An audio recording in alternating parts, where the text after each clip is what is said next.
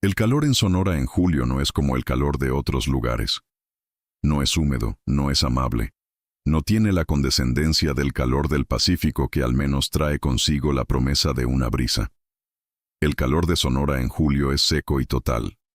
El tipo de calor que reseca la lengua con solo abrir la boca, que hace que el asfalto de las calles de Hermosillo desprenda un olor a brea derretida que se te mete en la ropa y no se va ni con 3 lavadas.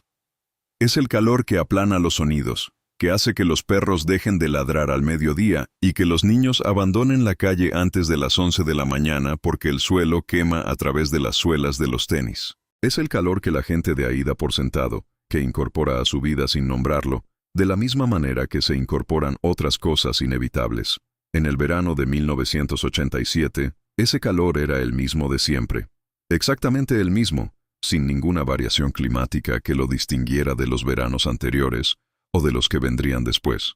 Pero la gente del barrio Colinas del Yaqui, en Hermosillo, Sonora, lo recuerda distinto. Lo recuerdan más pesado. Como si el aire mismo supiera lo que estaba pasando en la casa de Doña Refugio Valenzuela. La casa de bloque amarillo con la reja de herrería negra y la bugambilia morada que trepaba por el muro derecho, y hubiera decidido quedarse quieto, sin correr, para no llevarse el olor. Eso lo diría años después Consuelo Miramontes, que vivía 2 casas a la derecha y que en ese verano tenía 50 años, y todavía lavaba a mano, en una batea de peltre azul que ponía en el patio cada mañana. Lo diría sin que nadie se lo preguntara directamente, como si fuera algo que llevaba guardado y que necesitaba salir en alguna dirección. El aire ese verano estaba raro, diría. Yo pensé que era el calor nomás, que el calor me tenía alterada. Pero no era el calor. Si estás viendo esto desde tu ciudad, desde tu cuarto, desde donde sea que estés esta noche, quiero pedirte algo antes de seguir. Suscríbete al canal si todavía no lo has hecho, y cuéntanos en los comentarios desde dónde nos estás viendo. Porque esta historia necesita testigos. Necesita que alguien la escuche completa, hasta el final, sin apartar los ojos. Y ahora, sigamos. La casa de Doña Refugio Valenzuela estaba en la calle Nayarit número 14 del barrio Colinas del Yaqui, una colonia que había crecido en los años 70 al oriente de Hermosillo, cuando la ciudad empezaba a expandirse hacia el desierto con esa urgencia desordenada de los lugares que de repente tienen más gente que espacio planificado. Las casas de Colinas del Yaqui eran todas del mismo molde. Bloc de cemento, 2 o 3 cuartos. Techo de lámina galvanizada que en verano convertía el interior en algo parecido a un horno de cerámica. Reja de herrería en la entrada. Un pequeño patio trasero de tierra donde vivían perros, gallinas, o nada, dependiendo de la familia. Las calles no todas estaban pavimentadas. Las que sí lo estaban tenían el asfalto lleno de baches que cada temporada de lluvias hacía más profundos y que el municipio prometía reparar sin urgencia notable. Era, en suma, un barrio como cientos en el norte de México en esa época, modesto sin ser miserable, conocido sin ser íntimo, con la clase de cohesión social que viene de vivir cerca de las mismas personas durante años y de depender los unos de los otros para prestarse sal, cuidar una maceta o llamar una ambulancia cuando el marido de alguien se cae en el baño. Una cohesión que tenía sus límites precisos y conocidos. Llegaba hasta la puerta de cada casa y no cruzaba ese umbral a menos que fuera invitada. La casa número 14 tenía 2 cuartos. Una cocina angosta con una estufa de 2 quemadores y una alacena de madera con la pintura descascarada. Un baño con azulejo blanco del que se desprendían pequeños fragmentos en las esquinas, y el patio trasero de tierra donde vivía un perro sin nombre, de color café claro y costillas visibles, que tenía la costumbre de ladrar de noche y de quedarse completamente quieto durante el día. Como si hubiera aprendido a invertir sus instintos, o como si, con el tiempo, hubiera entendido que en esa casa era mejor no llamar la atención durante las horas de luz. Refugio Valenzuela tenía 62 años en el verano del 87. Era una mujer pequeña, no más de 1,55 m, con manos gruesas de nudillos prominentes que delataban décadas de trabajo físico, y una cara curtida por el sol del desierto que tenía esa textura particular de la piel que ha pasado muchos años bajo el cielo sonorense sin protección. El pelo era completamente blanco, recogido en un chongo bajo y firme que según sus vecinas nunca se deshacía, ni cuando dormía, ni cuando llovía, como si fuera parte de su anatomía en lugar de un peinado. Sus ojos eran de un café tan oscuro que de lejos parecían negros, y tenían una cualidad que la gente describía de distintas maneras. Algunos decían que eran ojos tranquilos, otros decían que eran ojos fijos, otros simplemente decían que daban una sensación rara sin poder explicar qué clase de sensación era exactamente. Había enviudado 17 años antes, en 1970, cuando su marido Abelardo murió de un infarto masivo mientras trabajaba en los campos de trigo cerca de Ciudad Obregón. Tenía entonces 45 años y 4 hijos. Gerardo, el mayor, con 19 años. Una hija, Carmen, con 16. Ernesto, con 14. Y la pequeña, Dolores, con 9. Desde la muerte de Abelardo, había criado a los menores sola. Había vendido chiles secos los domingos en la puerta de su casa para completar el dinero de la pensión mínima que le llegaba del trabajo de su marido. Había visto casarse a 3 de sus hijos y había enterrado a 1. Y había aprendido a vivir con la clase de silencio acumulado que dejan las pérdidas cuando se van sumando sin que nadie te enseñe cómo procesarlas. La gente del barrio la conocía. La saludaban cuando salía a barrer la banqueta cada mañana a las 7, que era algo que hacía sin falta incluso en los días más calurosos, como si hubiera un pacto personal entre ella y ese ritual. Le compraban chiles, le prestaban cosas, le pedían favores pequeños. Era, en todos los sentidos superficiales de la palabra, una vecina normal, una señora mayor, una abuela. Lo que nadie sabía entonces, lo que tardaría exactamente 20 años en saberse con certeza, era que en algún momento entre el otoño de 1986 y el verano de 1987, Refugio Valenzuela había tomado una decisión que no tiene nombre preciso en el vocabulario ordinario. Una decisión que, cuando finalmente salió a la luz en enero de 2007, haría que la gente que la había conocido revisara sus propios recuerdos de esos años con una especie de microscopio del horror, buscando señales que habían estado ahí y que no habían sabido o querido ver, que haría que algunas personas dejaran de dormir bien durante semanas, que haría que Consuelo Miramontes, ya con 70 años y el corazón débil, se pasara los últimos meses de su vida repitiendo en voz baja, como si fuera una oración al revés: debí haberme metido. Debí haberme metido. Esta es la historia del caso 808. Así lo clasificó la Fiscalía del Estado de Sonora cuando reabrieron el expediente en enero de 2007, dentro de una iniciativa nueva que revisaba casos fríos con herramientas forenses modernas. El número no significaba nada especial. Era el folio que le había tocado entre los cientos de expedientes, sin resolver, que ese año comenzaron a revisarse. Pero con el tiempo, en las conversaciones de la gente que trabajó en él y de quienes lo cubrieron en los medios, el 808 se convirtió en una forma de referirse a algo que era difícil nombrar directamente, como si ponerle número en lugar de palabras lo volviera más manejable, más distante, como si ayudara a sostenerlo sin que pesara demasiado. No ayudaba. Adriana Celeste Fuentes tenía 34 años cuando comenzó a trabajar en la unidad de casos no resueltos de la Fiscalía General del Estado de Sonora. Era originaria de Guaymas, ciudad costera al sur de Hermosillo, hija de un mecánico de nombre Rogelio y de una maestra de primaria de nombre Esperanza, y había estudiado Derecho en la Universidad de Sonora entre 1991 y 1996, con esa convicción silenciosa y un poco terca que tienen las personas que no necesitan contarle a nadie por qué hacen las cosas, porque las razones que tienen les parecen suficientemente obvias. Había hecho su servicio social en la Procuraduría Estatal, luego había trabajado 2 años en un bufete privado que se especializaba en divorcios y disputas de propiedad, y luego, en 2004, había pedido traslado a la Fiscalía con un argumento tan directo que su jefe en el bufete no supo si tomarlo como explicación o como crítica. Quiero trabajar en cosas que importen más. Era delgada, de pelo negro cortado a la altura del mentón, con un fleco que se apartaba hacia el lado izquierdo, y tenía una costumbre de tocarse la oreja izquierda con el índice cuando estaba pensando intensamente en algo, un gesto que hacía de manera completamente inconsciente y que sus colegas habían aprendido a reconocer como señal de que era mejor no interrumpirla. Tenía también una capacidad para leer expedientes durante horas sin levantar la vista que sus compañeros encontraban, dependiendo del día y del humor, o profundamente admirable o vagamente inquietante. La mañana del martes 9 de enero de 2007, llegó a la oficina 20 minutos antes de las 9, como era su costumbre, con un café americano en un vaso de unicel que había comprado en el Oxxo de la esquina. El edificio de la Fiscalía en Hermosillo era un edificio de los años 80 con ventanas pequeñas y un sistema de aire acondicionado que en enero no era necesario, pero que en julio resultaba insuficiente de maneras que todos en la oficina habían aceptado como parte de las condiciones de trabajo.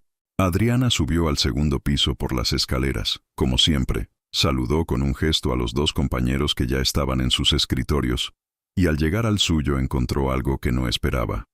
Una caja de cartón marrón, de tamaño mediano, con una etiqueta de papel pegada con cinta adhesiva transparente que decía, escrito a mano con marcador negro, 808, Valenzuela, R.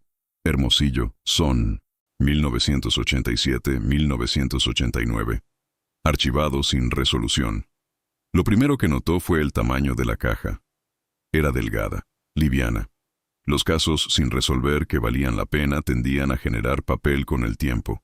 Declaraciones contradictorias, seguimientos parciales, notas internas, solicitudes de información que nunca llegaban del todo. Esta caja era casi tan delgada como una carpeta de facturas. Eso, en la experiencia de Adriana, era una de dos cosas. O el caso era trivial, o era el tipo de caso en que alguien había decidido muy temprano que no valía la pena investigar. Lo abrió. Adentro había 3 carpetas de cartulina manila, ordenadas sin ningún sistema aparente. La primera contenía un reporte inicial de 2 páginas, mecanografiado, fechado el 14 de agosto de 1987, firmado por el agente segundo Humberto Salcedo Quiroga, fallecido en 2003 según el registro de personal que Adriana consultaría más tarde. El reporte era escueto con una economía de lenguaje que en otro contexto podría parecer profesional, pero que en este, leyéndolo despacio, tenía algo más parecido a la prisa de alguien que quiere terminar de escribir algo cuanto antes. Denuncia interpuesta el día 12 del presente mes por vecina del barrio Colinas del Yaqui, quien refiere haber notado ausencia de menores que habitaban en domicilio de señora Refugio Contreras, viuda de Valenzuela, ubicado en calle Nayarit, número 14 de esta ciudad, desde fecha aproximada del mes de junio del año en curso, realizadas diligencias correspondientes. Señora Valenzuela manifiesta que los menores en cuestión fueron trasladados por su hijo el señor Gerardo Valenzuela Contreras a la ciudad de Tijuana, Baja California, para residir con su madre. La información no ha podido ser corroborada en su totalidad. Se archiva provisionalmente en espera de confirmación. Adriana leyó ese párrafo 2 veces. Luego lo leyó una tercera vez, más despacio, como hacía cuando algo en un texto le generaba esa incomodidad específica de la incongruencia sin nombre todavía. Luego abrió la segunda carpeta. Contenía un seguimiento de 3 páginas, fechado en marzo de 1989, casi 2 años después del reporte original.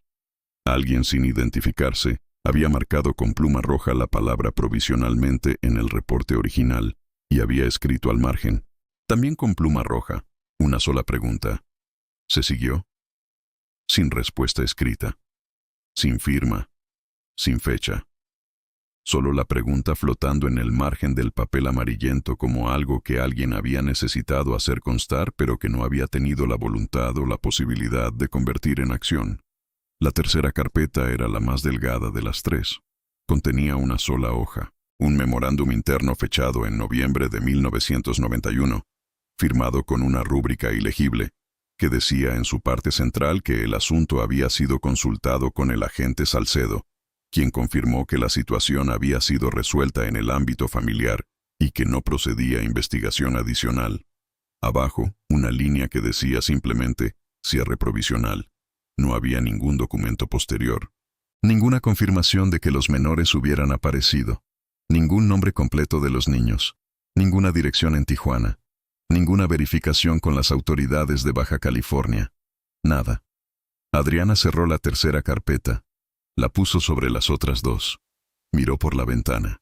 Afuera, Hermosillo en enero era gris con ese gris particular del desierto en invierno, cuando el cielo se cubre de nubes bajas y el frío seco, que mucha gente de otros lugares no asocia con Sonora, pero que existe y que es real.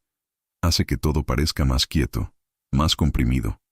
Las calles mojadas de la madrugada todavía brillaban un poco con la luz de la mañana. Tomó su café. Estaba frío. ¿Qué menores?, pensó. El reporte no daba nombres, no daba edades, no decía cuántos, solo decía menores, en plural, como si esa fuera una categoría suficiente, como si menores fuera una descripción adecuada para un ser humano con cara y voz y nombre y maneras particulares de reírse o de tener miedo. Encendió su computadora, que tardó 3 minutos en cargar el sistema de la fiscalía, y comenzó a buscar. El nombre Gerardo Valenzuela Contreras apareció en 3 registros distintos dentro del sistema estatal de Sonora. El primero era un acta de nacimiento del Registro Civil de Hermosillo, folio 2847 del año 1951.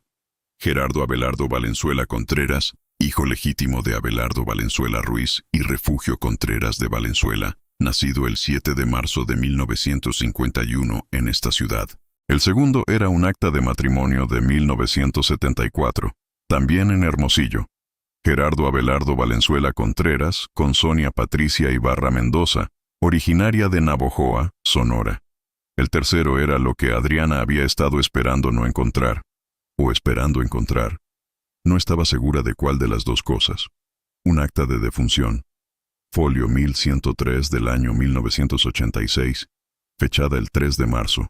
Que registraba la muerte de Gerardo Abelardo Valenzuela Contreras, de 34 años de edad, en el Hospital General de Hermosillo. Causa de muerte: insuficiencia hepática por cirrosis. Adriana se quedó con esa fecha un momento. 3 de marzo de 1986. Lo buscó en el reporte del agente Salcedo. La denuncia era de agosto de 1987. Según ese reporte, Doña Refugio había afirmado que los menores habían sido llevados por su hijo Gerardo a Tijuana en algún momento alrededor de junio de ese año. Gerardo había muerto 16 meses antes de que supuestamente se los llevara. Adriana se tocó la oreja izquierda con el índice. Abrió su libreta, una libreta de pasta dura color borgoña que tenía desde el primer día en la unidad, y escribió con letra clara y sin adornos. Refugio mintió al agente Salcedo. Salcedo no verificó el paradero de Gerardo Valenzuela antes de cerrar.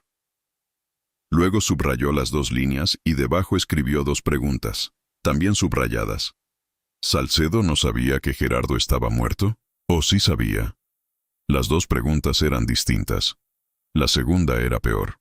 Buscó a Sonia Patricia Ibarra Mendoza en el sistema. La encontró en un registro del IMSS del año 1988. Con número de afiliación activo y dirección en Colonia Pimentel, Hermosillo. Después de 1988. Nada. Ningún registro posterior en Sonora. Ninguna renovación de credencial de elector. Ningún trámite vehicular. Ninguna consulta médica en el sistema público. Ningún impuesto predial. Como si después de ese año la mujer hubiera decidido dejar de existir dentro del Estado, o dentro del sistema, o dentro de algo más definitivo que cualquiera de los dos. La búsqueda de hijos del matrimonio Valenzuela Ibarra tardó 6 minutos en procesar. Cuando la respuesta apareció, Adriana sintió algo que en sus años de trabajo había aprendido a identificar con precisión, aunque nunca había encontrado una palabra perfecta para él. Era la sensación de cuando el suelo debajo de tus pies da una señal de que no es tan sólido como lo habías asumido. No era pánico. Era algo más primario y más frío. Era el reconocimiento de que algo está mal de una manera que va a requerir que te enfrentes a ello. 3 registros de nacimiento. 3 hijos. Abelardo Gerardo Valenzuela Ibarra, nacido el 14 de noviembre de 1975.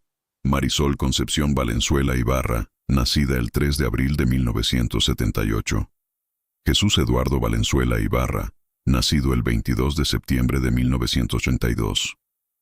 En el verano de 1987, cuando el agente Salcedo archivó el caso con una sola entrevista, Abelardo Gerardo tenía 11 años. Marisol Concepción tenía 9. Jesús Eduardo tenía 4. Adriana buscó registros escolares. Encontró matrículas en la primaria Lázaro Cárdenas del barrio Colinas del Yaqui para Abelardo y para Marisol, actualizadas hasta el ciclo escolar 1986-1987, después de junio de 1987. Ninguna matrícula nueva en ninguna escuela de Hermosillo, ni en ningún otro municipio del estado del que hubiera registro. Buscó actas de defunción para los 3 nombres. No encontró ninguna. Buscó registros en Tijuana, que era a donde supuestamente los habían llevado. No encontró nada. Buscó en los sistemas de los estados vecinos. Nada. 3 niños. 11, 9 y 4 años. Una abuela que decía que se los había llevado un hombre que llevaba muerto 1 año y 4 meses. Y después de eso, silencio. Para entender lo que pasó, o lo que pudo haber pasado, en la casa de la calle Nayarit número 14, en el verano de 1987, hay que entender primero cómo era Hermosillo en esa época y cómo era el barrio Colinas del Yaqui en particular, porque el lugar y el tiempo no son solo el fondo de una historia. Son parte de su mecánica. Son las condiciones que hacen posible lo que ocurre. Hermosillo en 1987 era una ciudad de aproximadamente 400,000 habitantes, que crecía de manera acelerada y un poco caótica, absorbiendo gente del campo y de los municipios más pequeños del estado que llegaban buscando trabajo en la industria maquiladora que empezaba a instalarse en las afueras, en los rastros y frigoríficos, en la construcción que nunca paraba. Era una ciudad donde la modernización avanzaba en forma de archipiélagos. Aquí un fraccionamiento nuevo con calles pavimentadas y alumbrado público. Allá 3 colonias sin drenaje ni servicios municipales regulares, donde el acceso a la información dependía del radio, de la televisión, con 2 o 3 canales que llegaban con interferencia, y del periódico local que no siempre llegaba a todos los barrios y que cuando llegaba traía noticias de 3 días antes. Era, también, una ciudad donde las instituciones tenían el peso y la autoridad específicos de ese momento histórico en México. La PGR y las procuradurías estatales eran organismos que la gente del barrio contactaba con precaución y cierta desconfianza. No porque todos tuvieran algo que esconder, sino porque había una comprensión colectiva, transmitida por experiencia generacional, de que meterte con las autoridades podía resolver tu problema, o podía crearte uno nuevo y más complicado. Y que la diferencia entre las 2 posibilidades no siempre era predecible. Esta actitud no era paranoia. Era aprendizaje histórico. En ese contexto, el barrio Colinas del Yaqui funcionaba con sus propias reglas implícitas. Unas 40 familias, la mayoría instaladas ahí desde los primeros años 70, conocidas entre sí por nombre y por historia, pero separadas por ese muro invisible y muy real de la privacidad doméstica, que en México tiene un peso específico. Lo que pasa dentro de tu casa es tuyo. Tus problemas son tuyos. Tu familia es tuya. Los vecinos pueden notar, pueden comentar entre ellos en voz baja, pueden hacer ese gesto de las cejas que lo dice todo sin decir nada, pero intervenir directamente en los asuntos internos de otra familia requería una causa mucho más obvia de lo que la mayoría de situaciones ofrecía. Los niños de Gerardo Valenzuela eran conocidos en el barrio con esa familiaridad de fondo que tienen los niños que crecen en un lugar y que la gente ve crecer sin prestarles demasiada atención individual. Abelardo, el mayor, era de esos niños que parecen más grandes de lo que son, no en estatura sino en la manera de moverse y de mirar.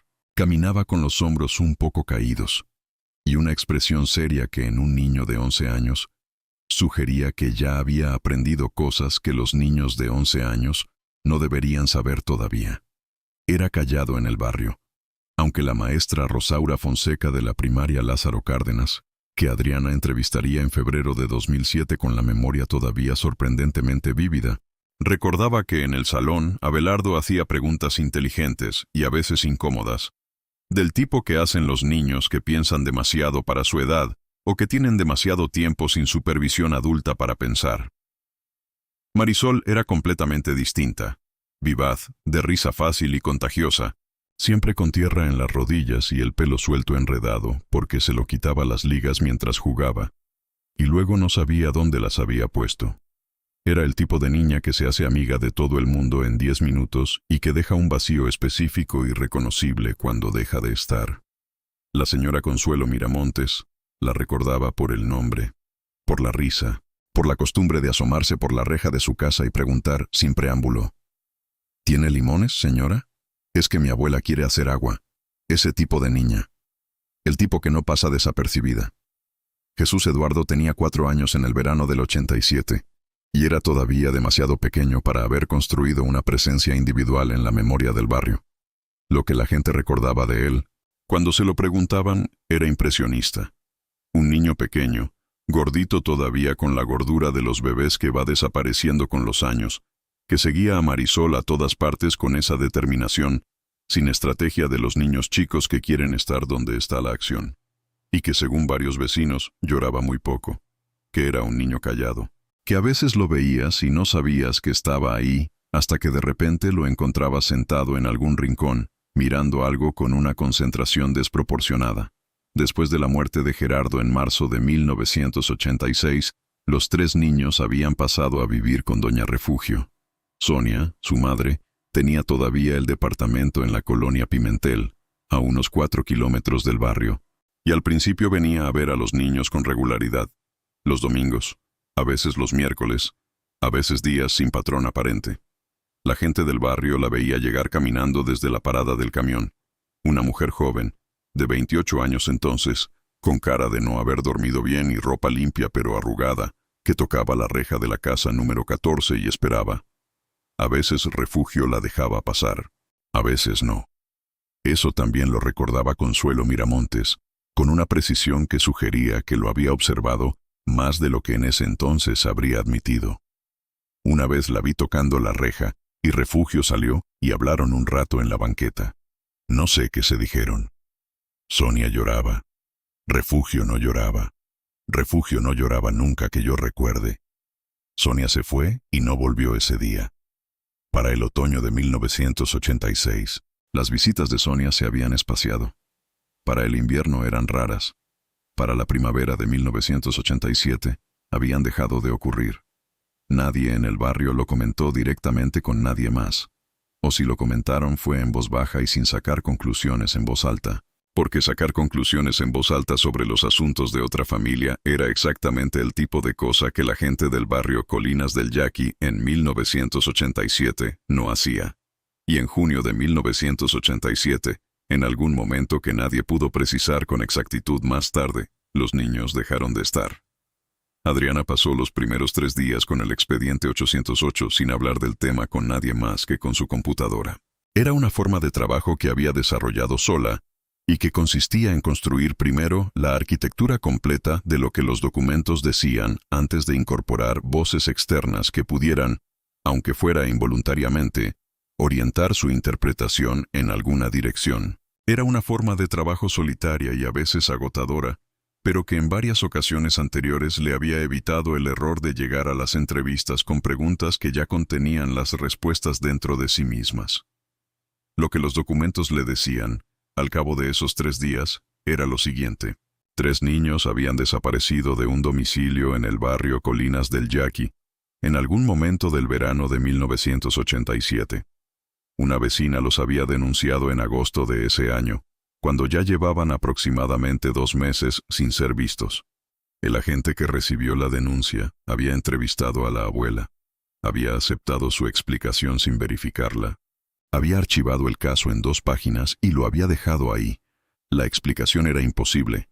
El hijo supuestamente responsable del traslado llevaba más de 1 año muerto. Nadie había registrado a los niños en ningún sistema oficial después de junio de 1987. La madre había desaparecido de los registros estatales después de 1988. Lo que los documentos no decían era qué había pasado realmente. Pero la suma de lo que sí decían tenía una forma, una silueta, que Adriana podía ver aunque todavía no pudiera nombrarse en términos legales.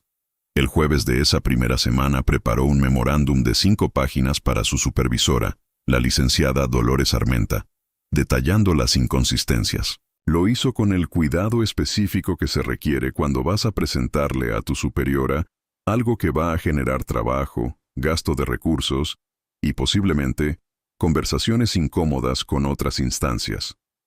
Fue precisa, evitó las conjeturas que no podía sostener documentalmente Y al final incluyó una sola frase de recomendación que no era ni dramática ni tibia.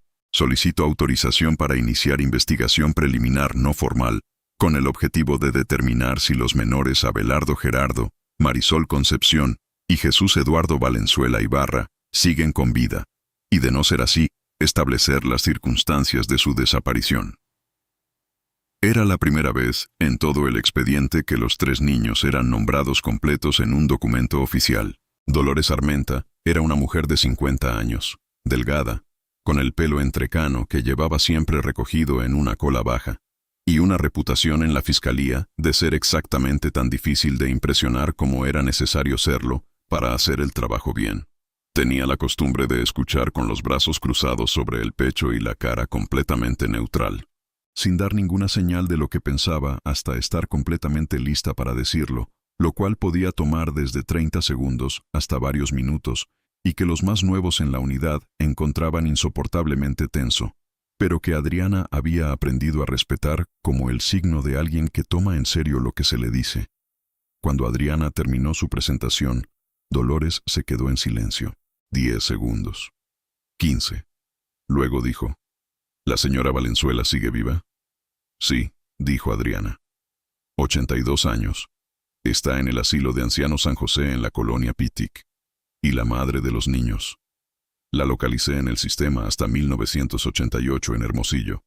Después no hay rastro en el estado. ¿Registros de defunción para los niños? Ninguno. Dolores descruzó los brazos. Ese era su gesto de decisión. Tienes 2 semanas y un auxiliar. Sin ruido todavía. Quiero saber qué pasó antes de mover nada formalmente. Cualquier contacto con Valenzuela requiere mi autorización previa. Entendido. Y Adriana. Dolores la miró directamente. Si esto es lo que parece que es, muévete con cuidado. Este tipo de casos tiene la costumbre de lastimar a más gente de la que ya está lastimada si no se manejan bien. Adriana asintió. Salió de la oficina. En el pasillo, con la luz fluorescente zumbando sobre su cabeza, se tocó la oreja izquierda y pensó: ya lastimó a mucha gente. Solo que todavía no lo sabe nadie más que yo. El auxiliar que le asignaron llegó el lunes siguiente. Se llamaba Marco Tadeo Espinosa Torres. Tenía 26 años. Era originario de Caborca y llevaba 2 en la fiscalía. Era alto, 1,80 m y algo, con cara abierta y manos grandes que siempre parecían ligeramente fuera de lugar con el resto de su cuerpo, como si todavía se estuviera acostumbrando a su propia estatura. Era un poco torpe con los papeles, con la tendencia de los escritorios ajenos a desarreglárseles sin querer. Pero tenía una cualidad que Adriana identificó en la primera entrevista que hicieron juntos, y que valoró más que cualquier habilidad administrativa. Tenía una manera de sentarse y de preguntar que hacía que la gente se olvidara de que estaban hablando con alguien de la fiscalía.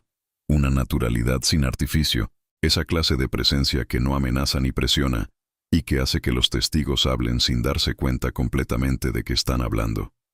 Llegó el primer día con 2 cafés, uno para él y uno para Adriana sin preguntarle si quería, y con la pregunta directa de ¿por dónde empezamos?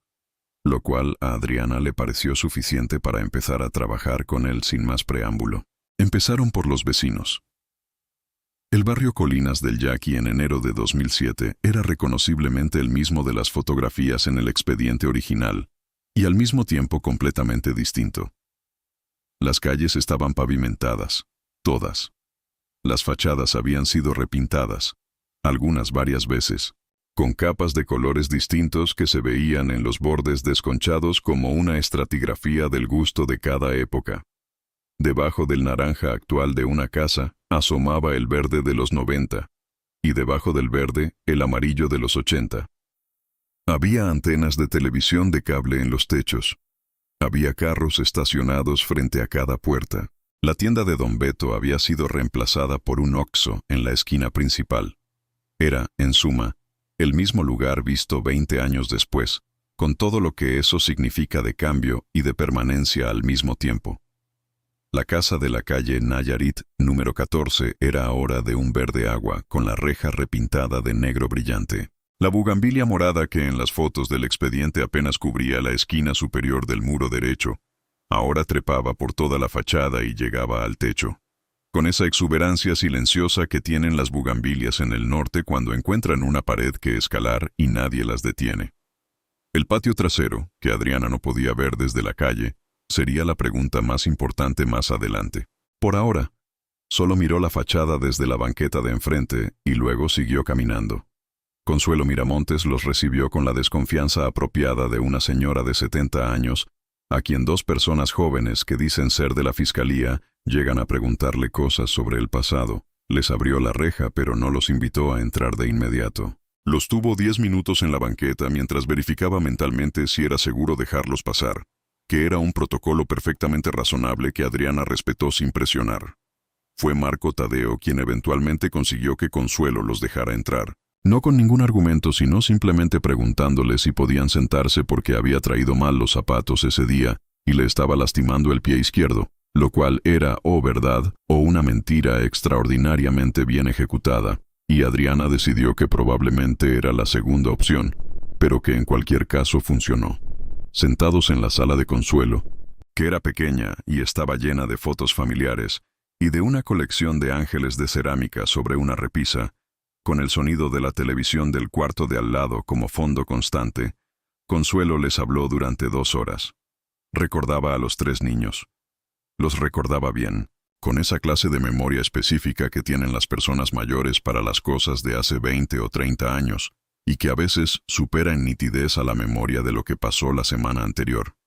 Recordaba a Abelardo como el serio, el que cargaba algo, con esa expresión que usó sin explicarla y que Adriana anotó tal cual. Recordaba a Marisol como la alegre, la que te iluminaba el día con verla pasar. Recordaba a Jesús Eduardo como el chiquito que nunca lloraba, que era raro eso en un niño tan chico. Recordaba también a Sonia. Recordaba verla llegar los domingos con el camión y caminar por la calle con esa postura de quien no quiere que se note que viene de lejos y que está cansada. Recordaba la tarde que la vio parada frente a la reja del número 14, tocando repetidamente, y a Refugio que salió y habló con ella en la banqueta con voz baja y gestos que desde la ventana de Consuelo no se podían leer, pero que tenían la forma de una negativa. Y a Sonia, que se fue llorando sin mirar hacia los lados. ¿Cuándo fue eso aproximadamente?, preguntó Adriana. Consuelo pensó. Principios del 87, creo. O finales del 86. No le supe la fecha exacta. ¿Y los niños? A Marisol la vi hasta mayo o junio del 87, creo. Estaba jugando en la calle como siempre. Y luego ya no estaba. Así nomás. Un día estaba y luego ya no estaba. Consuelo se detuvo. Miró sus manos, que descansaban sobre las rodillas. Y yo pensé que los habían mandado con algún familiar. Eso pensé.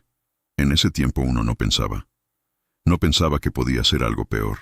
Su voz se había hecho más pequeña hacia el final de la frase. ¿Habló con doña Refugio sobre los niños después de que dejó de verlos? Consuelo negó con la cabeza. Una vez le pregunté, así nomás, ¿y los niños? Y ella me dijo que estaban con su papá en Tijuana. Y yo le dije, qué bueno, y ya. Así era. No se preguntaba más. ¿Le pareció raro lo que le dijo? Consuelo tardó mucho en responder. Marco Tadeo, con el buen instinto de no llenar los silencios, esperó completamente quieto. Sí me pareció raro, dijo finalmente Consuelo, porque yo sabía que el papá había muerto. Lo había visto yo misma en el velorio, aquí en el barrio, el año antes. Pero no le dije nada a Refugio. No sé por qué. Creo que tenía miedo de la respuesta. Creo que ya sabía que si preguntaba demasiado, iba a encontrar algo que no quería encontrar. Hizo una pausa. Y eso es lo que me quita el sueño ahora, dijo. No lo que pasó, sino lo que no hice yo. Ernesto Valenzuela, el hijo menor de Refugio que todavía vivía en Hermosillo, tenía 51 años en enero de 2007 y trabajaba en una empresa distribuidora de refacciones agrícolas en un fraccionamiento nuevo al norte de la ciudad. Lo encontraron a través del directorio telefónico, que todavía existía en forma impresa y que todavía era útil para localizar personas que no tenían razones particulares para ocultarse, que era el caso de Ernesto. Su oficina era un espacio funcional con escritorio de melamina, una computadora de escritorio y una ventana con vista al estacionamiento. Había una planta de plástico en un rincón y un calendario de una marca de aceite de motor en la pared. Era el tipo de oficina que pertenece a un hombre que trabaja porque necesita trabajar y que no ha invertido mucha energía en hacer del trabajo un reflejo de su personalidad. Ernesto los recibió de pie. Les estrechó la mano. Los invitó a sentarse. Era un hombre de estatura mediana, algo entrado en carnes, con bigote y el pelo gris que le quedaba corto a los costados. Tenía una expresión difícil de leer que Adriana tardó varios minutos en entender. No era hostilidad ni nerviosismo, sino algo que eventualmente identificó como preparación. Era la cara de alguien que lleva tiempo esperando que llegue algo, y que cuando llega pone cara de que sabía que iba a llegar. Cuando Adriana explicó el motivo de la visita, refiriéndose al expediente de 1987 relacionado con menores de la familia Valenzuela, Ernesto no preguntó de quién hablaban. Solo dijo, sobre mis sobrinos. No fue pregunta. Adriana y Marco Tadeo intercambiaron la fracción de segundo de mirada que habían desarrollado para momentos así. ¿Tiene usted información sobre lo que les pudo ocurrir a los hijos de su hermano Gerardo?, preguntó Adriana con el cuidado de alguien que no quiere cometer el error de sugerir demasiado antes de escuchar. Ernesto apoyó los codos en el escritorio y juntó las manos. Miró el calendario. Luego los miró a ellos. Yo vivía en Obregón en el 87. Trabajaba en los campos, igual que mi papá. Mi mamá me llamó ese verano. No recuerdo exactamente cuándo, y me dijo que los niños se habían ido a Tijuana con Sonia. Yo le dije que bueno, así están con su mamá, y le creí, o me convencí de creerle, que es diferente. ¿Cuándo dejó de creerle? Ernesto no respondió de inmediato. La pausa fue larga, del tipo que en una película se rellenaría con música, pero que en una oficina con una planta de plástico y un calendario en la pared simplemente existe como silencio. Cuando vine a visitarla en el 93, dijo finalmente, ya vivía yo aquí en Hermosillo.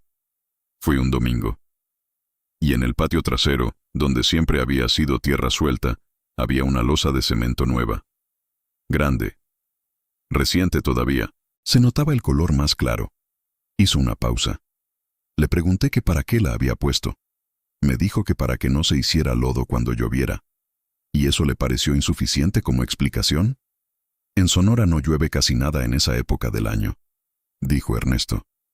Y la losa era grande, muy grande para solo evitar el lodo en un patio de tierra. Buscó la palabra. Era del tamaño de algo que cubría algo. Quedó en silencio. No agregó nada más porque no era necesario agregar nada más.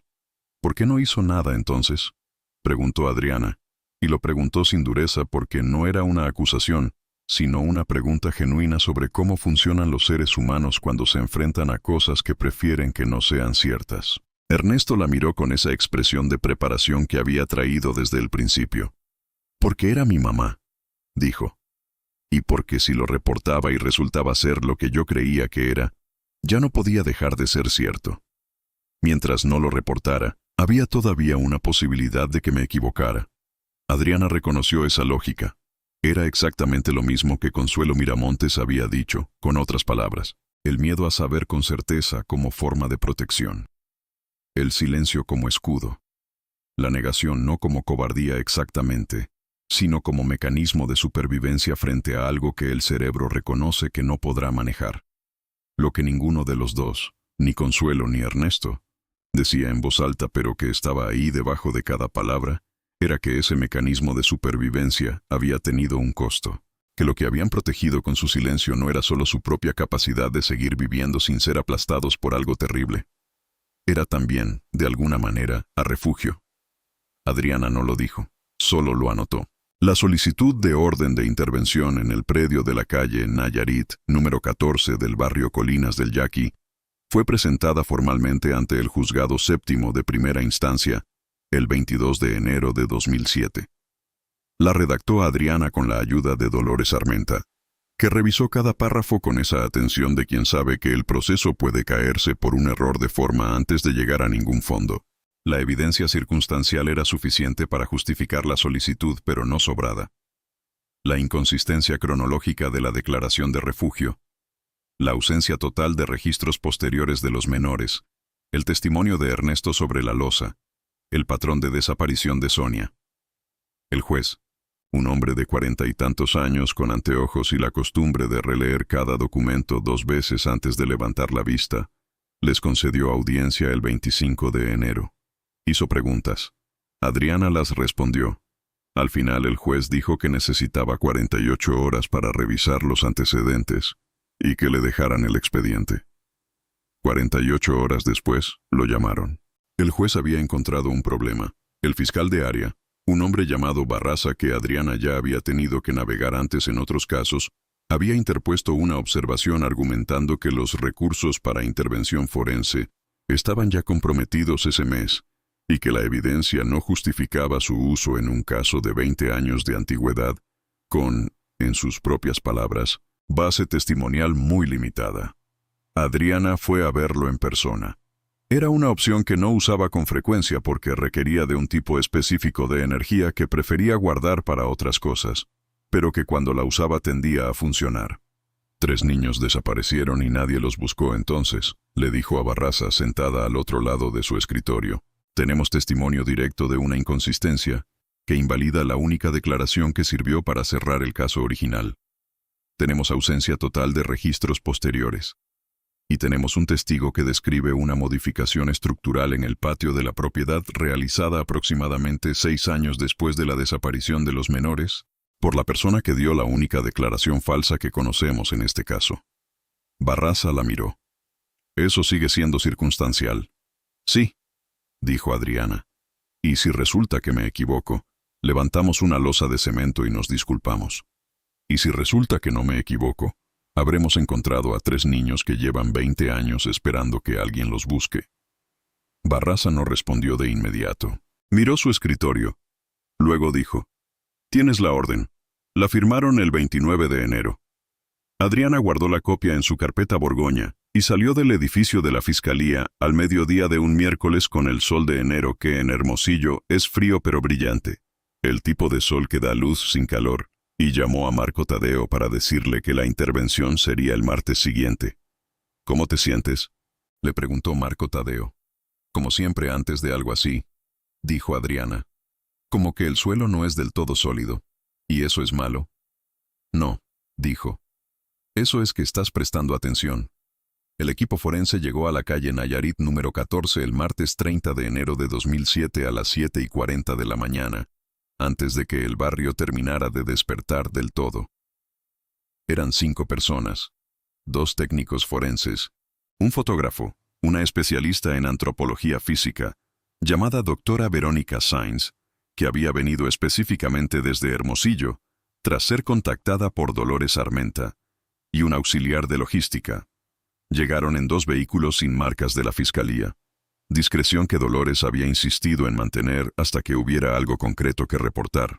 La pareja que rentaba la casa, Rodrigo y Fernanda, de 28 y 25 años, respectivamente, con un bebé de 8 meses que se llamaba Mateo y que esa mañana estaba tranquilo de una manera que a Fernanda le parecía casi irreal, dado el contexto, habían sido notificados la noche anterior. Rodrigo había escuchado la explicación con una calma que probablemente era shock procesado como compostura, y había preguntado cuánto tiempo necesitarían la casa. Fernanda había llorado de una manera silenciosa y contenida, que hablaba de alguien que trata de no asustar al bebé y que está asustada a ella misma. Se habían ido a casa de los padres de Rodrigo con una maleta y el asiento del carro del bebé, y habían dejado las llaves sobre la mesa de la cocina. Adriana estuvo presente desde el principio. Marco Tadeo también. Ninguno de los 2 tenía una función técnica activa durante la intervención. Su tarea era observar, documentar el proceso en términos legales y estar disponibles si la doctora Sainz tenía preguntas sobre el expediente. Era una de esas situaciones en que lo más útil que puedes hacer es no estorbar y Adriana lo sabía. Pero estar presente también tenía un significado que iba más allá de lo funcional y que no necesitaba explicarse. El patio trasero de la casa medía aproximadamente 4 metros de ancho por 6 de largo. 3/4 partes de él estaban cubiertas por la losa de cemento que Ernesto había descrito. Gris, sin adornos, con algunas grietas superficiales que venían del paso del tiempo y de los ciclos de calor y frío del desierto. En el rincón que quedaba sin cubrir, había 2 macetas con albahaca, y una con algo que ya no estaba vivo, pero que había sido, probablemente, una planta de tomate. La doctora Sainz caminó sobre la losa primero, sin herramientas, solo mirando. Luego se arrodilló en varios puntos y la examinó de cerca. Luego se puso de pie y le dijo al equipo: «Por aquí. Comiencen por el centro y trabajen hacia afuera». Los sonidos que produjo el proceso de levantar la losa eran secos y constantes. El golpe del cincel contra el cemento, el motor de la pequeña amoladora que usaron para cortar la superficie, el ruido más grave y húmedo cuando la primera sección se separó del suelo y fue retirada. El perro de la casa vecina ladraba en intervalos irregulares. En algún momento, alguien en una casa cercana encendió un radio y por un rato se escuchó una canción norteña mezclada con el ruido del trabajo, hasta que se apagó o se alejó lo suficiente para no escucharse más. Debajo de la primera capa de cemento, que tenía unos 8 centímetros de espesor, había tierra apisonada. Tierra que había sido trabajada, comprimida, no tierra natural no intervenida. La doctora Sainz lo observó y dijo en voz baja, más para sí misma que para alguien en particular: «Aquí hubo trabajo. Alguien preparó esto». Debajo de la tierra apisonada, a unos 15 centímetros de profundidad, empezaba una capa de cal blanca, en cantidad considerable, que había hecho su trabajo durante 20 años con la eficiencia silenciosa de una sustancia que no tiene conciencia de lo que está cubriendo. Adriana observó todo esto desde el umbral de la puerta trasera de la casa, con los brazos cruzados sobre el pecho y la espalda apoyada en el marco de madera, sin hablar. Marco Tadeo estaba a su lado. Afuera, en la calle, el barrio Colinas del Yaqui seguía con su mañana. Un camión que pasaba, una señora que barría su banqueta, el olor a tortillas que venía de alguna cocina cercana. La normalidad de afuera y lo que estaba pasando en ese patio existían simultáneamente, separados solo por una pared de bloc pintada de verde agua. Y esa simultaneidad era quizás una de las cosas más perturbadoras de todo, que la vida ordinaria y lo que estaban encontrando podían coexistir en el mismo espacio sin cancelarse mutuamente. A las 10:15 de la mañana, la doctora Sainz se detuvo.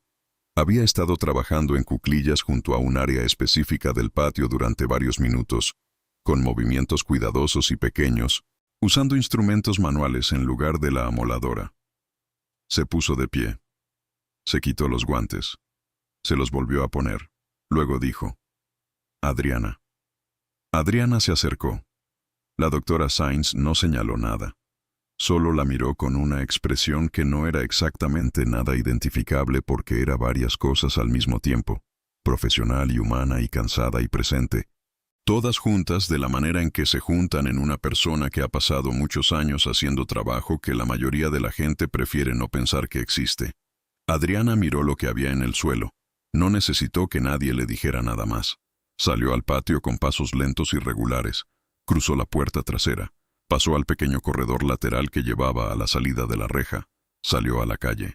Se recargó contra la pared exterior de la casa, debajo de la bugambilia morada que colgaba sobre ella con esa exuberancia de 20 años de crecer, sin que nadie la detuviera. Y miró la calle, los coches estacionados, la banqueta irregular, el cielo gris de enero que no daba sombra ni luz dramática, solo esa claridad fría y plana que aplana los colores y hace que todo parezca igualmente real, y por lo tanto igualmente brutal. Marco Tadeo salió detrás de ella un momento después. Se recargó a su lado sin decir nada. Permanecieron así varios minutos. Luego Adriana dijo, en voz muy baja: «3». Y Marco Tadeo respondió: «Sí». Y eso fue lo único que dijeron por un tiempo que ninguno de los dos registró con precisión. El protocolo a partir de ese punto fue el que era: notificación interna, activación del equipo completo, documentación fotográfica y de video, inicio del proceso de recuperación de restos, según estándar forense internacional. La doctora Sainz y su equipo trabajarían en el patio durante 3 días completos. Los informes preliminares llegarían en 2 semanas. Los definitivos, en 2 meses. Dolores Armenta fue notificada telefónicamente a las 11:15 de la mañana del 30 de enero. Escuchó el reporte de Adriana en silencio completo. Al final dijo: «¿Están bien tú y Espinosa?». Y Adriana, que no esperaba esa pregunta como primera respuesta, Tardó un segundo antes de decir, sí, y luego, no sé. Y Dolores dijo, eso es lo honesto. Descansen esta tarde si pueden. No descansaron. Había demasiadas cosas que mover. La primera era la notificación a Refugio Valenzuela, que según el protocolo debía hacerse en cuanto los hallazgos preliminares fueran suficientes para sustentar una entrevista formal. Eso ocurrió el 31 de enero, cuando la doctora Sainz confirmó verbalmente, antes del informe escrito, que los restos correspondían a 3 individuos subadultos, es decir, menores de 18 años, de entre aproximadamente 4 y 12 años de edad al momento de la muerte, y que las condiciones de entierro sugerían que las 3 muertes habían ocurrido dentro de un periodo relativamente cercano entre sí. Adriana fue al asilo San José de la colonia Pitic sola, en su carro, sin Marco Tadeo. No porque hubiera una razón táctica para hacerlo así, sino porque había cosas que quería hacer sin testigos de su propio proceso interno. Llegó al mediodía. El estacionamiento del asilo era pequeño y estaba lleno. Dejó el carro en la calle de atrás y entró a pie. El asilo era un edificio de los años 70, de un solo piso, construido alrededor de un patio central con un jardín que tenía árboles de naranja y una fuente que no funcionaba pero que seguía ahí como presencia ornamental. Los pasillos eran anchos, de loseta beige, con luz fluorescente que zumbaba levemente y que le daba a todo una tonalidad de acuario. Olía a desinfectante con algo debajo que el desinfectante no alcanzaba a cubrir completamente. Ese olor específico de los lugares donde hay muchas personas mayores juntas que tiene componentes médicos y humanos en una proporción que varía por zona y por hora del día. Refugio estaba en el cuarto 16, al fondo del pasillo derecho. La enfermera de guardia le informó a Adriana antes de entrar que la señora Valenzuela tenía sus facultades mentales en buen estado relativo para su edad. Era lúcida, reconocía a las personas, recordaba el pasado sin dificultad. Tenía problemas cardíacos controlados con medicación y una movilidad reducida que hacía necesaria la silla de ruedas, pero por lo demás era, en términos médicos, una paciente estable. Adriana agradeció la información, tocó la puerta. Entró. El cuarto era pequeño, como todos en el asilo, con una cama de hospital ajustable, una mesita de noche con una jarra de agua y un rosario de madera, una silla junto a la ventana, y un armario de madera contra la pared. La ventana daba al patio interior, y desde ella se veían los naranjos y la fuente seca. Era un cuarto sin adornos personales, salvo el rosario y una foto pequeña en la mesita de noche que desde la puerta no se podía ver con claridad. Refugio estaba en la silla junto a la ventana, con la mirada afuera, cuando Adriana entró. Se volvió hacia la puerta con un movimiento lento pero deliberado, de alguien que controla sus movimientos con cuidado, no porque le cueste, sino porque ha aprendido a hacerlo así. Era reconociblemente la mujer de las fotos, más pequeña, más comprimida por los años, pero con los mismos ojos oscuros que en las fotos del expediente habían llamado la atención de Adriana la primera vez que los vio. Ojos alertas, completamente presentes, que miraban con una fijeza que no era agresiva, pero que tampoco dejaba espacio para malentendidos sobre quién estaba mirando a quién. Adriana se sentó en la silla que la enfermera había traído. Las dos mujeres se miraron un momento sin decir nada. Luego Adriana dijo, con voz tranquila y directa: «Soy Adriana Fuentes, de la Fiscalía del Estado. Vengo por los niños de su hijo Gerardo». Refugio no cambió la expresión. No parpadeó más rápido. No tensó la mandíbula. Solo estuvo quieta un momento, y luego dijo algo que Adriana no esperaba como primera respuesta. ¿Cuánto tardaron? No fue una pregunta sobre el proceso. Era otra clase de pregunta. 20 años, dijo Adriana. Refugio asintió muy levemente, como si eso fuera una respuesta que encajaba con algo que ya sabía. Los encontraron, dijo. Y tampoco fue pregunta. Sí. Los 3. Los 3. Refugio cerró los ojos. Los tuvo cerrados más tiempo del que tarda un parpadeo normal. Casi 15 segundos, con las manos entrelazadas sobre el regazo y los dedos apretados con una fuerza que sus nudillos blancos hacían visible. Cuando los abrió, algo había cambiado en su expresión, algo que se había soltado o que había terminado, con esa calidad de las cosas que han estado suspendidas mucho tiempo y que finalmente llegan a tierra. Yo creí que era lo mejor, dijo, con una voz que era firme y sin inflexión dramática. La voz de alguien que repite algo que ha dicho muchas veces dentro de su propia cabeza. Eso me dije siempre, que era lo mejor. ¿Para quién era lo mejor?, preguntó Adriana. Los ojos oscuros de Refugio la miraron con esa evaluación tranquila que Adriana ya comenzaba a reconocer como su manera de medir si el interlocutor era capaz de entender lo que iba a decir. Para ellos, dijo. Para los tres. Adriana no respondió de inmediato. Sacó la grabadora del bolsillo de su saco, la puso sobre la mesita de noche junto al rosario y la encendió. Luego preguntó, ¿puede contarme qué pasó? Y Refugio, con esa misma voz sin inflexión y esa misma calma que hacía que cada palabra pesara más de lo que debería, empezó a hablar. Lo que Refugio dijo en esa primera entrevista y en las 3 que siguieron en los días posteriores antes de que su estado de salud hiciera necesario un receso y antes de que los abogados de oficio comenzaran a intervenir, fue una historia que el equipo de la Fiscalía procesaría durante meses, no por su complejidad, sino por su naturaleza. Era una historia sobre el amor. Eso era lo más difícil. No el amor como excusa, ni el amor como coartada, sino algo más perturbador. El amor como sistema de valores completamente cerrado en sí mismo, sin ventanas hacia afuera, construido en el aislamiento de una vida larga y dura y llena de pérdidas, que había llegado a conclusiones que desde adentro tenían una lógica perfecta y desde afuera eran indefendibles. Refugio habló sobre Gerardo, sobre cómo su muerte en marzo del 86 la había afectado de una manera que no había sido capaz de mostrar afuera, porque en su vida y en su generación, mostrar el dolor era un lujo que no todos podían permitirse, y ella no podía. Sobre cómo después de la muerte de Gerardo, había mirado a sus 3 nietos, y había visto en ellos no solo a los hijos de su hijo, sino también el futuro que los esperaba. La misma pobreza, la misma dureza, los mismos ciclos que ella había visto repetirse en su familia durante generaciones. Abelardo, que ya empezaba a juntarse con muchachos que no le convenían. Marisol, que sería hermosa y que la hermosura en ese barrio en esa época no era solo un don. Jesús Eduardo, que era demasiado pequeño para defenderse de nada. ¿Y Sonia?, le preguntó Adriana en la segunda entrevista. ¿Por qué no los dejó con su madre? Refugio no respondió de inmediato. Miró el patio desde la ventana, los naranjos, la fuente sin agua. Sonia no podía, dijo finalmente. Sonia estaba rota. Sonia los quería, pero no podía. Y los niños necesitaban a alguien que pudiera.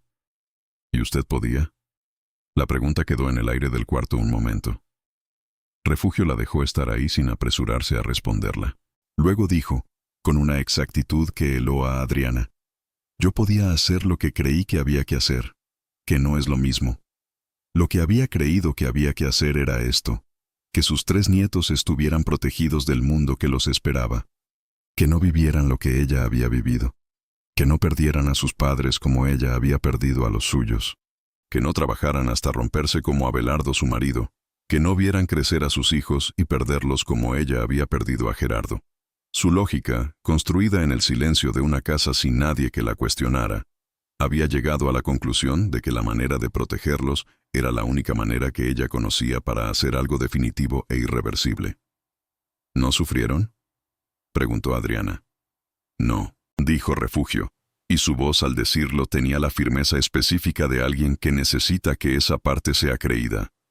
Yo me encargué de que no sufrieran, de que fuera rápido, de que no tuvieran miedo. Adriana anotó eso en su libreta. Luego cerró la libreta.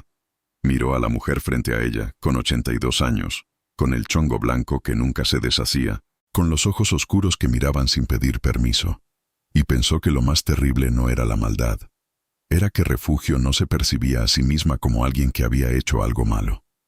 Se percibía como alguien que había hecho algo que nadie más tuvo el valor de hacer.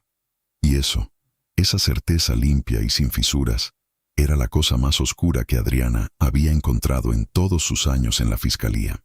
El proceso legal del caso 808 se extendió durante más de un año y tuvo todas las complicaciones que Dolores Armenta había anticipado y algunas que no. El estado de salud de Refugio Valenzuela fue el centro de los argumentos de la defensa desde el principio. 82 años, insuficiencia cardíaca documentada, movilidad reducida, una evaluación psiquiátrica que encontró intactas sus facultades cognitivas, pero que identificó rasgos que el perito describió en su informe con un lenguaje clínico que traducido al lenguaje ordinario significaba: esta mujer cree completamente en lo que hizo y no tiene la capacidad o la voluntad de reformularlo como un error. El fiscal Barraza, que había puesto obstáculos a la intervención forense 2 semanas antes y que ahora tenía que presentar el caso ante el juzgado, navegó esa contradicción con la incomodidad visible de quien ha estado en el lado equivocado de una decisión y sabe que todos en la sala lo saben.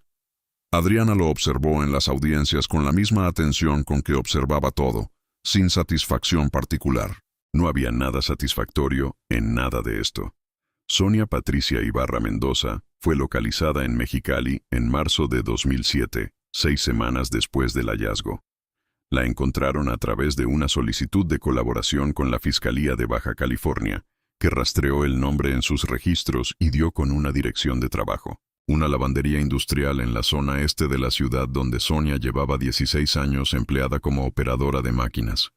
Vivía sola en un cuarto rentado a 4 cuadras de la lavandería, en un edificio de los años 80 con escaleras de cemento y una azotea desde la que se podía ver el cerro en días despejados. Los agentes de enlace de Baja California que fueron a notificarla describieron en su reporte una mujer de 54 años, de aspecto funcional pero contenido, que vivía con la economía específica de alguien que ha reducido su vida al mínimo necesario para seguir viviendo sin que sea una decisión consciente de minimalismo, sino el resultado acumulado de años de no tener razones para expandirse. Cuando le dijeron lo que habían encontrado en Hermosillo, Sonia no gritó, no se desvaneció, se sentó en el filo de su cama, con las manos sobre las rodillas, y dijo: yo siempre supe que no estaban en Tijuana, siempre lo supe. Los agentes le preguntaron por qué no había actuado. Y Sonia dijo algo que Adriana leyó en el informe de enlace 3 días después, sentada en su escritorio con la luz de la tarde entrando por la ventana, y que subrayó con la misma pluma roja con que alguien anónimo había subrayado la palabra provisionalmente en el expediente original 20 años antes, porque tenía miedo de saber con certeza. Mientras no supiera, podía seguir viviendo. Adriana leyó esa frase. La leyó otra vez. La miró durante un tiempo que no registró. Luego cerró el informe y lo puso en la carpeta Borgoña, junto con los demás documentos del caso, y pensó en todos los silencios que habían rodeado a esos 3 niños. El silencio de Consuelo que no preguntó aunque sabía que Gerardo estaba muerto.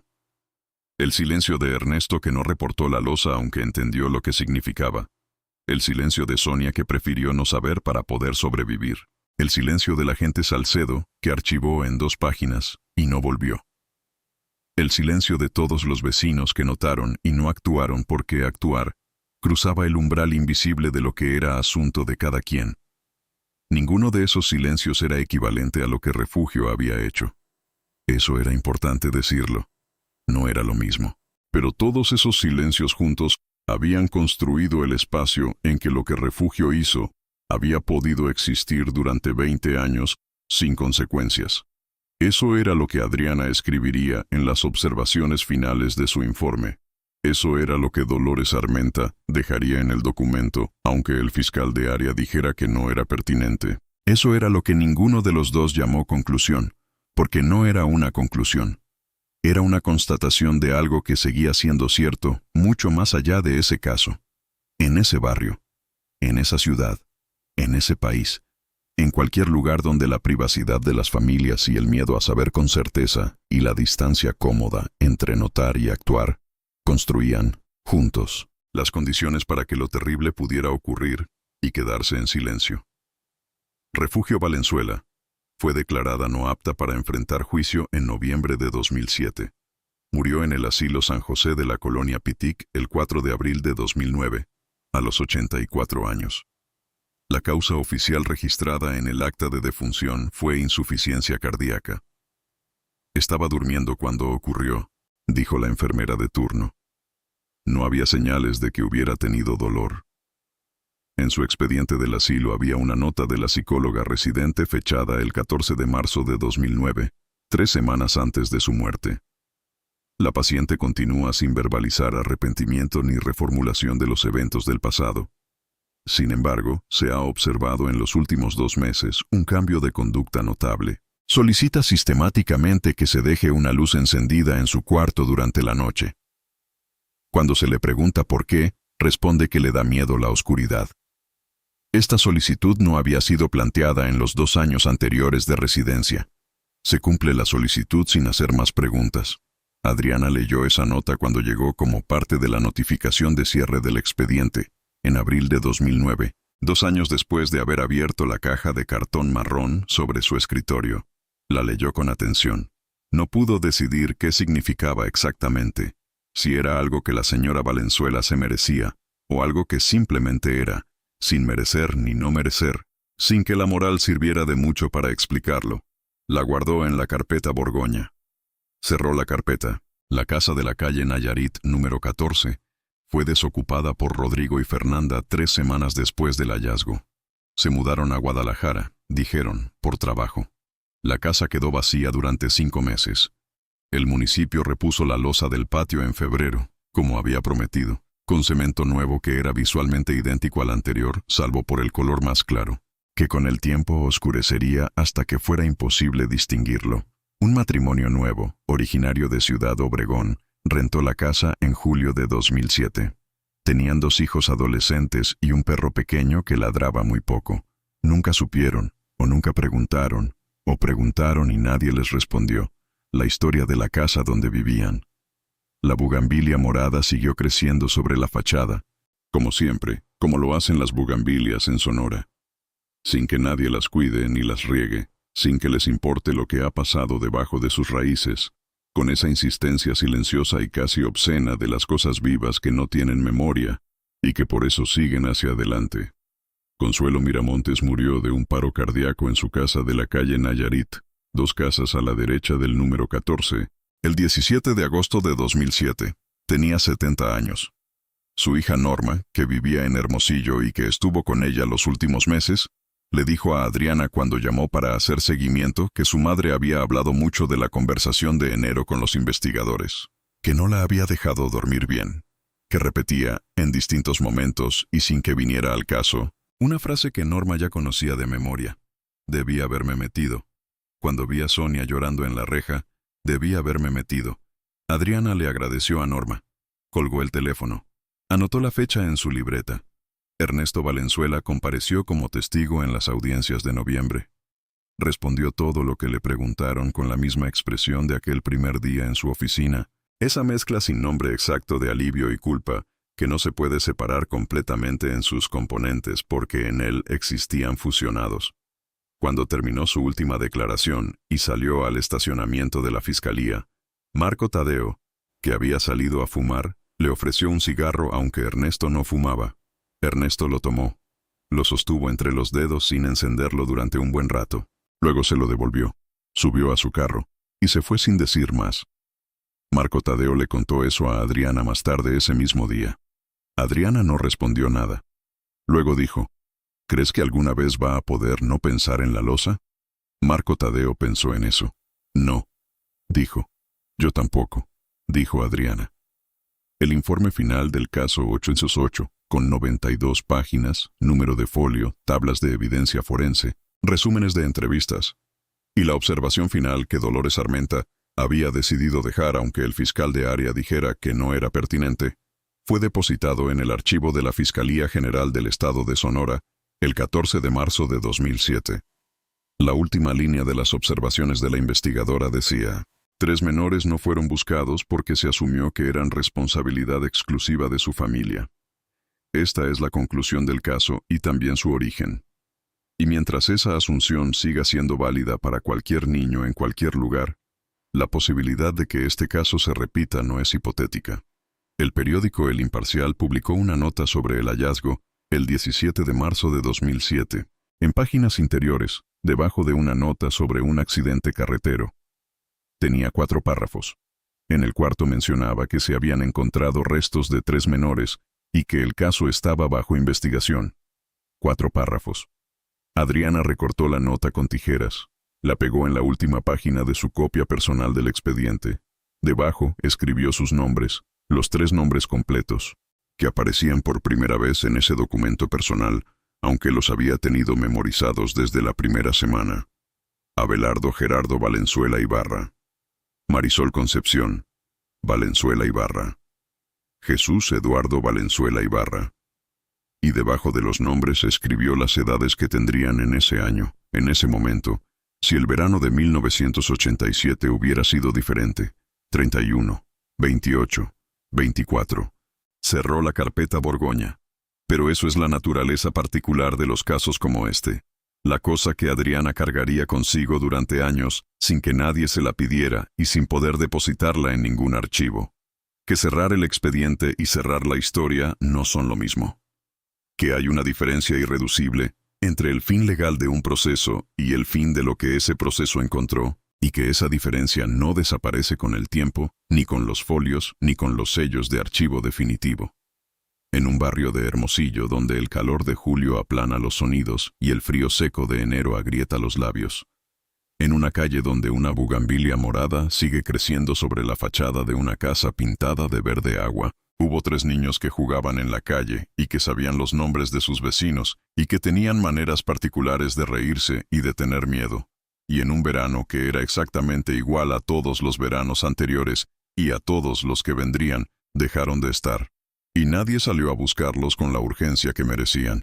Y la pregunta que eso deja, la que no cierra con ningún folio ni ningún sello, no es quién tuvo la culpa. Es más incómoda que eso. Es, ¿qué hubiera tenido que ser diferente para que alguien cruzara ese umbral invisible antes de que fuera demasiado tarde? ¿Qué hubiera tenido que pasar para que el miedo a saber con certeza pesara menos que la responsabilidad de actuar? ¿Qué distancia exacta existe entre notar y hacer algo con lo que se nota? ¿Y quién decide cuándo esa distancia se ha vuelto inaceptable? Abelardo Gerardo.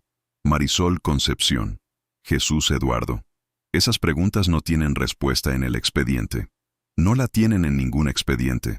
Las respuestas, si existen, están en otro lugar, en las decisiones pequeñas y cotidianas de personas ordinarias que viven en barrios ordinarios y que en algún momento, frente a algo que no están seguros de entender, eligen preguntar o eligen no preguntar. En ese espacio, en esa decisión, es donde vive todo lo que importa.